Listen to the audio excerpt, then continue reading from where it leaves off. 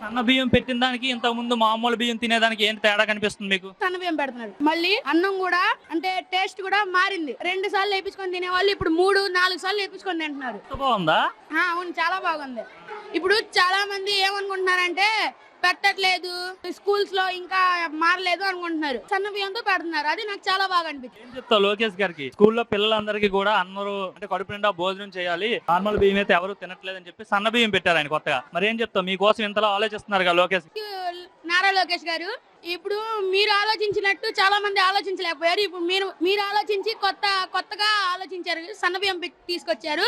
అందువల్ల చాలా మంది తింటున్నారు, కడుపు నిండా కూడా తింటున్నారు. మీకోసం ఇంతలా చేస్తున్నారు కదా, విద్యా విధానంలో చాలా మార్పులు తీసుకొస్తున్నారు. ఏం చెప్తావు మీ మంత్రి ఆయన లోకేష్ గారికి? థ్యాంక్ యూ టు ప్రొవైడింగ్ అస్ సన్న బియ్యం అండ్ తల్లికి వందనం. ఇంకా బుక్స్ క్వాలిటీ ఉంటున్నాయి, మళ్ళీ బ్యాగ్స్, మళ్ళీ యూనిఫామ్ మార్చారు. అది కూడా కొత్తగా ఉంది, కొత్త కలర్ లో ఇస్తున్నారు. అది కూడా చాలా బాగా అనిపిస్తుంది. థ్యాంక్ యూ నారా లోకేష్ గారు.